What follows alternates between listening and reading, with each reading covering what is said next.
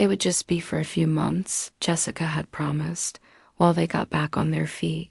Her two kids were clinging to her legs as Mike nodded earnestly behind her. "We've lost everything, Natalie. You're our only hope." My name is Natalie. And at 29, I was about to make the biggest mistake of my life by letting my stepsister's family move into the carefully curated two-bedroom apartment that was my sanctuary. The peaceful space where I'd built my freelance design business, the home office I'd spent years perfecting, all of it was about to be invaded by chaos. "The kids can sleep in the office," Jessica continued, gesturing to 4-year-old Emma. "And 6-year-old Tyler will take the guest room. You'll barely even notice we're here." My gaze fell on my pristine living room, where my drafting table sat near the window, perfectly positioned to catch the ideal natural light. My organized desk held dual monitors, a setup for the peace and quiet I needed to meet my client deadlines. "I work from home," I reminded them. "I need that space for my business." "Oh, you can work anywhere," Jessica said, waving a dismissive hand. "The kitchen table, your bedroom. It's not like you need a whole room just for drawing." I bit back a response about how graphic design was so much more than just drawing, about how I'd built a successful business that paid for this very apartment, how I'd chosen this place specifically for its perfect layout and lighting. But they were family and they had nowhere else to go. Or so they claimed.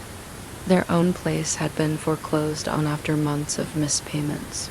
Though they blamed the bank, the economy, their jobs, everyone but themselves. "It's temporary," Mike assured me, though something in his tone felt off. "Just until we find new jobs and save up a deposit." I should have asked more questions about their plans, their timeline, their budget, about why they couldn't stay with Mike's family or Jessica's dad, my former stepfather who'd remarried and moved to Florida, about why they'd waited until the very last possible moment to ask for help. Instead, I found myself saying yes, because they were family, because they had kids, because Jessica had been crying about not wanting her children to be homeless. "You're a lifesaver," Jessica said, hugging me, her designer perfume overwhelming. "We'll be model house guests, I promise." 2 days later, they moved in. They had more belongings than should have been possible for people who'd supposedly lost everything. The kids immediately began running through my quiet apartment, their shrieking echoing off the walls. Mike sprawled on my couch, asking about the Wi-Fi password and the cable channels. And Jessica, she was already rearranging my kitchen cabinets to make them more functional. The first week was a preview of the nightmare to come. Every morning, I'd wake up to find my kitchen in complete disarray. Dishes piled high, food left out overnight, sticky spots on my pristine counters. Jessica claimed she was too exhausted to clean up after cooking for her family. My carefully organized refrigerator descended into a chaos of half-eaten leftovers and juice boxes. My specialized art supplies, which I kept in specific places for easy access during client calls, were constantly being moved or tidied away where I couldn't find them. "The kids need space to do their homework," Jessica explained when I found my drafting table pushed into a corner, covered with coloring books and crushed crayons. "You can work in your bedroom, right?" My bedroom became my last refuge, but even that wasn't sacred. Jessica would barge in without knocking, usually while I was on client calls. "The kids need quiet time," she'd whisper shout, ushering Emma and Tyler into my personal space. "Just watch them for an hour while Mike and I run errands." The errands always seemed to take 3 or 4 hours. Meanwhile, I'd try to maintain my professional composure on Zoom calls while Emma drew on my walls and Tyler jumped on my bed. "We're job hunting," Mike would say when they finally returned, though neither of them ever seemed to have actual interviews. They'd come back with shopping bags from the mall, or Jessica would have a fresh manicure. My grocery bills tripled. They never contributed, claiming they needed to save every penny for their new place. Yet somehow Jessica always had money for her weekly hair appointments and designer coffee runs. Family helps family, she'd say whenever I brought up expenses. Remember when our parents were married? We shared everything then. We hadn't shared everything. Jessica had taken everything, just like she was doing now. She'd been 12 and I'd been 11 when our parents married. And those 3 years before her dad left my mom had been a preview of this exact dynamic. "You're being dramatic," she said when I asked her to please stop reorganizing my art supplies. "This is how normal families live. You're just not used to it because you live alone like a hermit." The word temporary started feeling like a joke.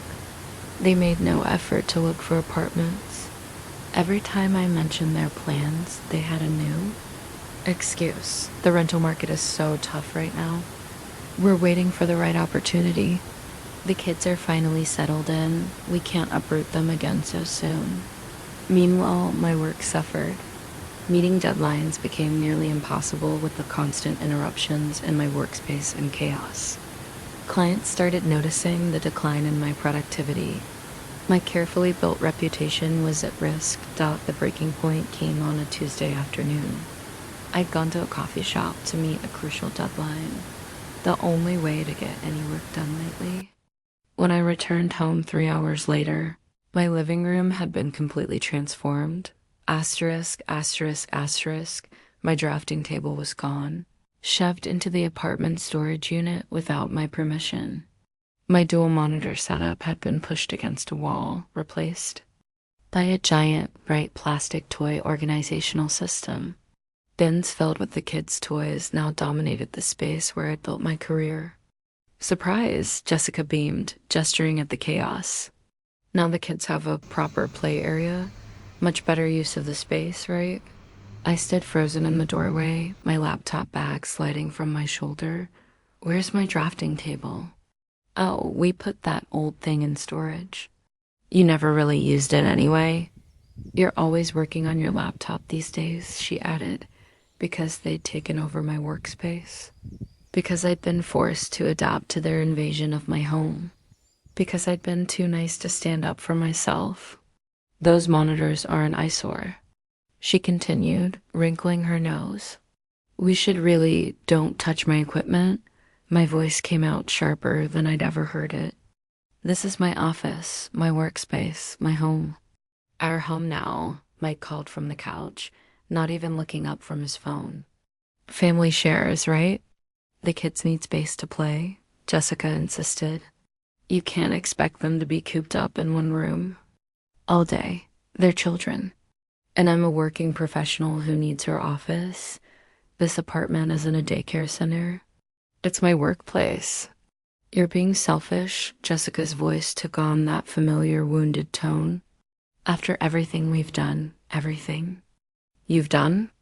What exactly have you done except take over my home, disrupt my work, and disrespect my boundaries? We're family." "No, you're squatters. You haven't looked for jobs, haven't apartment hunted, haven't contributed a dime to expenses. You've just taken and taken and taken." Emma started crying at my raised voice. Jessica immediately scooped her up, giving me a look of pure martyrdom. "Now look what you've done. Come on, sweetie. Let's get away from mean Aunt Natalie who doesn't want to share her toys."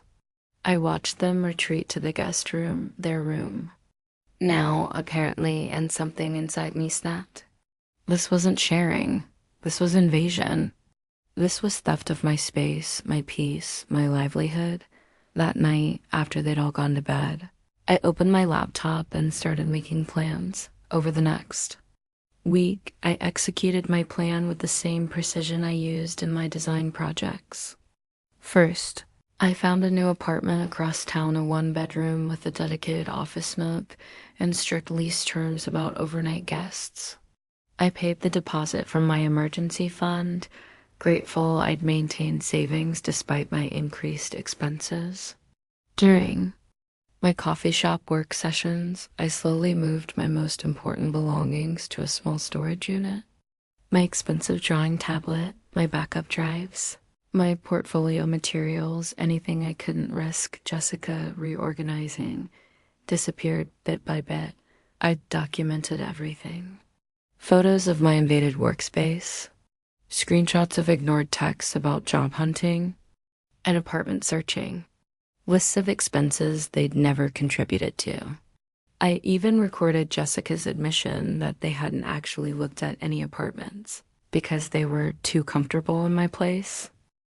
My landlord was surprisingly understanding when I explained the situation. They're not on the lease, he reminded me. Technically, they're unauthorized occupants. I can have them removed. Just don't renew my lease next month, I told him. And maybe mention you'll be showing the apartment to new tenants soon. I arranged for my utilities to be disconnected the day after my planned departure, not immediately. I wasn't cruel enough to leave the kids without power or water, but soon enough to force Jessica and Mike to finally take action. The hardest part was maintaining normality while I prepared. I endured Jessica's daily rearranging of my remaining belongings. I nodded through Mike's excuses about the job market. I even babysat one last time while they went apartment hunting, which, according to their Instagram stories, looked suspiciously like a day at the mall. We really appreciate everything you've done, Jessica said that evening, sprawled on my couch with shopping bags at her feet. You're such a good sister, letting us stay until we find the perfect place. And when will that be? I asked, watching her unpack new designer shoes. Oh, you know how it is. These things take time. We can't just settle for any apartment.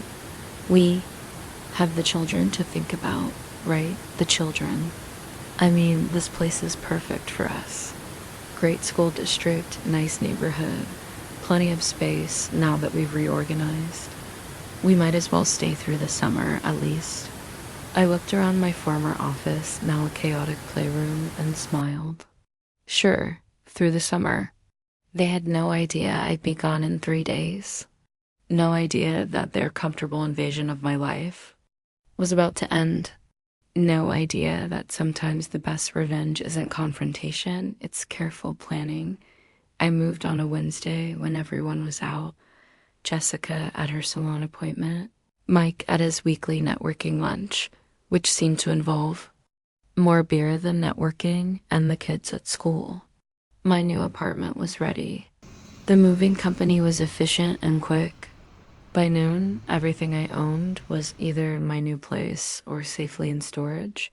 I left behind a detailed letter on the kitchen counter, along with copies of every expense they'd racked up during their stay. 3 months of grocery receipts, utility bills showing triple the normal usage. Even estimates for repairing the walls Emma had decorated with markers. Dear Jessica and Mike, I wrote, by the time you read this, I'll be gone. My lease ends in 2 weeks, and I've informed the landlord I won't be renewing. The utilities will be disconnected next Tuesday. You have until then to find new arrangements. I've documented everything. Your lack of job searching, your shopping sprees while claiming poverty, your destruction of my workspace. If you attempt to harass me or damage anything else in the apartment, all of this goes to the landlord and, if necessary, the police. Drafting table you put in storage. It's been moved to my new place, along with everything else I own. What's left belongs to you, including responsibility for your own lives. I knew the fallout would be nuclear. Within hours of their return, my phone exploded with messages. Jessica, how could you do this to us? Mike, real nice abandoning your family. Jessica. The kids are crying. Are you happy now? Mike, you better tell us where you moved. Jessica, Mom would be so ashamed of you. I blocked their numbers, then their social media accounts. Then the flying monkeys, mutual acquaintances they'd recruited to guilt me. My new apartment felt like a sanctuary. My restored office setup was a symbol of reclaimed independence. The next morning, my landlord called. Your stepsister tried to claim tenants' rights, he said, sounding amused. I reminded her that unauthorized occupants have no rights and she needs to be out before the utilities get disconnected. How did she take that? About as well as you'd expect. Lots of crying about family loyalty and homeless children. I told her she should have thought about that before taking advantage of yours. The guilt trips might have worked before. But sitting in my peaceful new home, my workspace restored to its proper setup, all I felt was relief. News of their reaction filtered back through family channels. They called everyone, spinning a tale of my cruelty and betrayal, how I'd abandoned them without warning, left them homeless, traumatized their children. But their story had holes, big ones. If you were so desperate, my Aunt Susan asked them, why did Jessica post about her weekly spa days? Why was Mike checking in at sports bars during job interviews? Their social media history betrayed them. While claiming poverty, they documented 3 months of shopping sprees, salon visits, and long lunches, all while living rent-free in my apartment that my former stepfather called from Florida. Jessica says you kicked them out without warning. That true? Check their messages to me from when they first moved in. It was supposed to be temporary while they got back on their feet. 3 months later, they hadn't even looked for apartments. Sounds like Jessica, he sighed. She's always expected others to solve her problems. Her mother and I spoiled her that way. 2 days before the utilities were set to be disconnected, reality finally hit them. My landlord reported they'd started packing, though not before Jessica tried one last manipulation tactic. She offered to pay rent going forward, he told me. I reminded her that I already had new tenants lined up, ones without a history of foreclosure. They ended up moving in with Mike's parents, the same parents, who'd been impossible to live with when they'd first needed a place to stay. Funny how possibilities open up when you have no other options. The best revenge, though, was the silence. The peace. The ability to work without interruption, to keep my space organized, to live without constant demands and guilt trips. My business recovered quickly. Turns out it's easier to meet deadlines when you're not being treated like free childcare.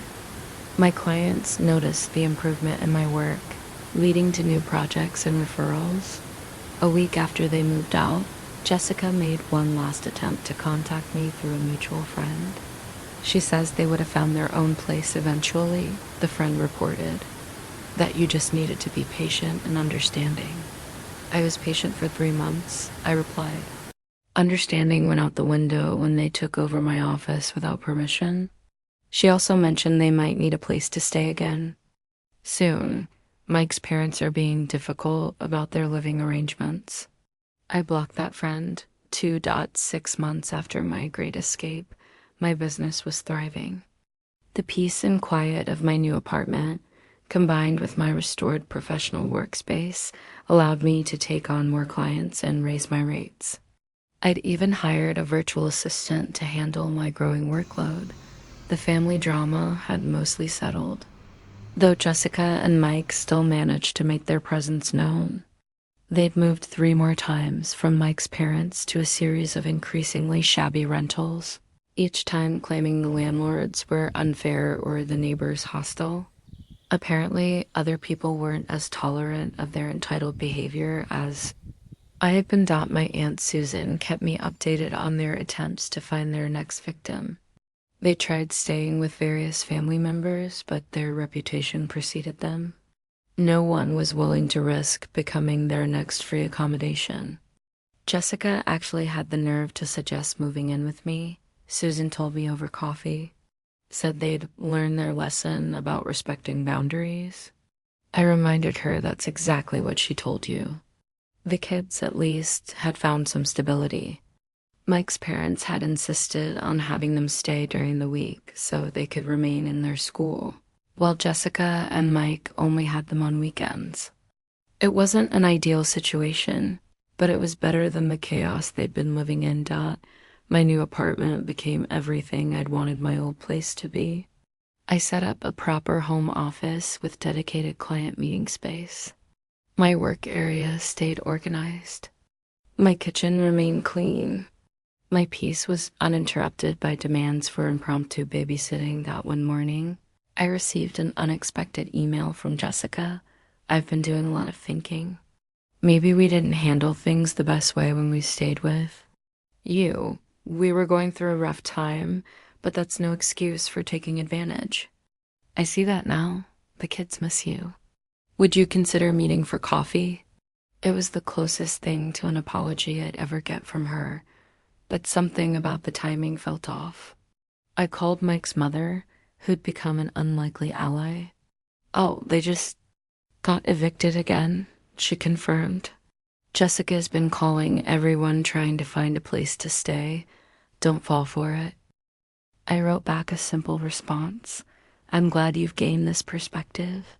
I hope it helps you make better choices in the future. But I'm not interested in meeting right now. Her reply came within minutes. We've really changed. And we found this. Great apartment, but we need help with the deposit. Just a small loan. We'll pay you back right away. For the kids' sake. There it was, the real reason for the sudden apology. I didn't bother responding. Later that week, I received a large design project from a client who'd found me through my upgraded portfolio website. The fee would cover 3 months of my old apartment's rent, the same amount I'd spent supporting Jessica's family while they lived with me, sitting at my pristine drafting table, watching the sunset through my office window. I felt nothing but gratitude for having found the strength to break free. Sometimes the biggest gift you can give yourself is the courage to say no to toxic family members. My first holiday season in my new apartment brought another wave of family drama.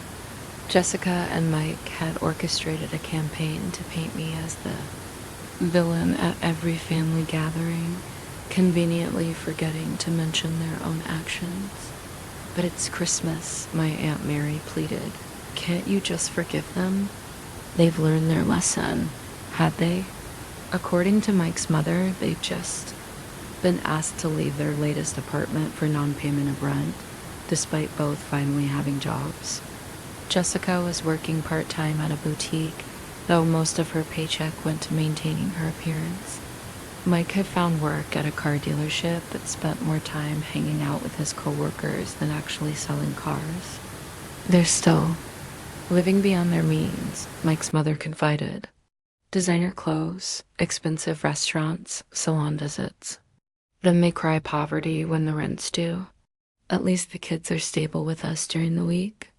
I declined the family Christmas dinner, opting instead to host a small gathering at my new place for the relatives who'd supported me. My Aunt Susan brought her famous pie. Mike's mother came with the kids for a brief visit. My former stepfather even flew in from Florida. This is what a home should feel like, Susan commented, looking around at my organized, peaceful space. Respectful, not like a tornado of entitlement blew through. The kids had changed too, away from their parents' chaos they'd settled into. Better routines. Emma no longer drew on walls, and Tyler had improved in school. They were still energetic, but now their energy was channeled into proper activities rather than destroying someone else's space. Having them during the week has made such a difference, Mike's mother said. They need structure, not constant upheaval. My business continued to grow.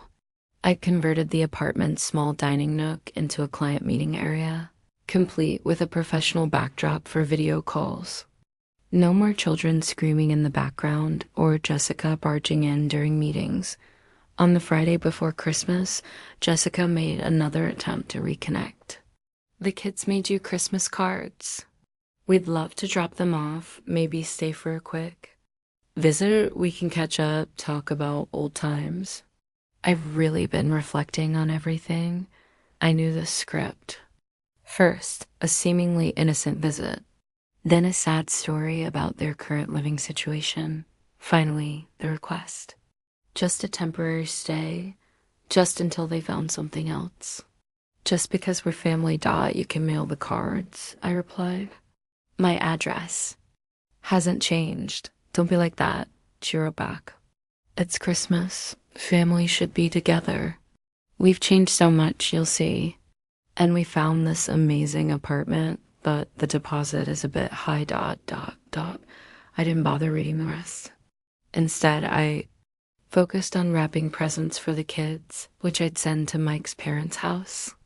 They would have a stable Christmas there without the stress of wondering where they'd be living next month or watching their parents manipulate relatives for money.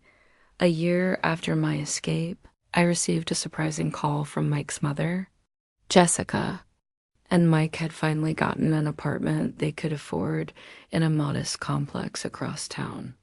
No luxuries, no premium location, just a basic 2-bedroom that matched their actual budget. The evictions finally caught up with them, she explained. No decent place would rent to them, so they had no choice but to live within their means. Sometimes hitting bottom is the only way people learn.